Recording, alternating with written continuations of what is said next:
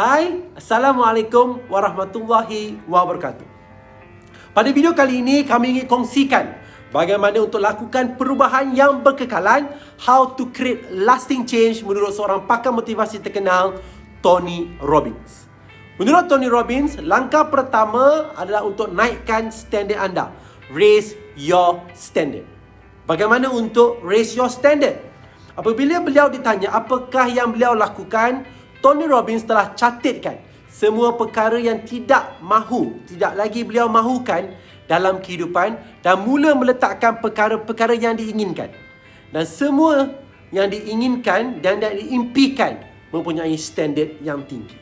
Contoh, sekiranya anda ingin bekerja dengan syarikat yang besar, jangan letak itu sebagai sasaran, letakkan standard yang lebih tinggi, iaitu ingin menjadi CEO syarikat yang besar tersebut. Dan tidak akan bertoleransi dengan perkara yang tidak mencapai standard yang ditetapkan itu. Sejarah membuktikan pemimpin hebat di dunia, antaranya Leonardo da Vinci, Abraham Lincoln, Mahatma Gandhi, Martin Luther King Jr. dan ramai lagi tokoh-tokoh yang hebat di dunia, mereka semua hebat kerana mereka meletakkan dan juga menaikkan standard mereka. Sekiranya anda ada keberanian untuk berubah, anda mampu untuk mengubah organisasi anda. Anda mampu mengubah syarikat anda, malahan anda juga mampu mengubah negara anda. Ini semua dapat dilakukan dengan mudah, iaitu dengan mengubah diri kita sendiri. Dan langkah pertama iaitu raise your standard. Naikkan standard anda.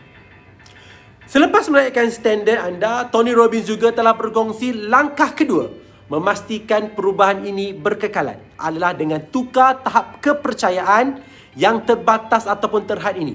Change your limiting belief. Apa yang dimaksudkan dengan tukar tahap kepercayaan yang terhad dan terbatas ini?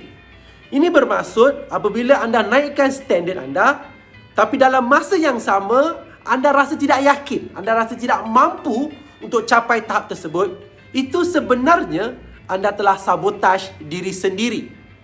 Contoh, anda ingin menjadi CEO syarikat tersebut, tapi anda kata, tapi tak yakinlah nak jadi. Nampak? Anda letakkan standard yang tinggi, tapi anda juga yang sabotaj diri sendiri.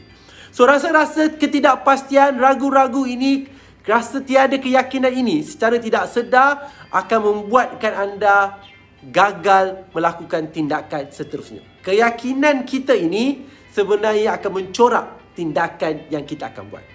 Sekiranya kita mampu tukar keyakinan kita, secara tidak langsung anda akan berjaya melakukan perubahan yang berkekalan dan berpanjangan. Kita harus wujud rasa keyakinan yang kita boleh, kita mampu. Selagi kita tidak mampu mengawal tahap keyakinan diri, bagaimana tinggi kita naikkan standard, tapi akhirnya kita tidak akan dapat kecapi kerana kita tidak ada keyakinan. Dan yang ketiga yang dikongsi oleh Tony Robbins, iaitu tukar strategi anda. Change your strategy. Melakukan perkara yang sama tetapi berharapkan result yang berbeza adalah kerja yang sia-sia. Untuk pastikan anda mampu melakukan perubahan serta capai matlamat anda tetapkan itu, anda perlu tukar strategi yang terbaik.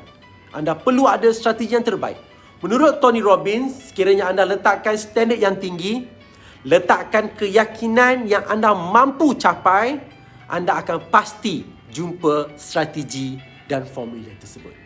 Antara yang dicadangkan oleh beliau adalah untuk mencari seorang mentor.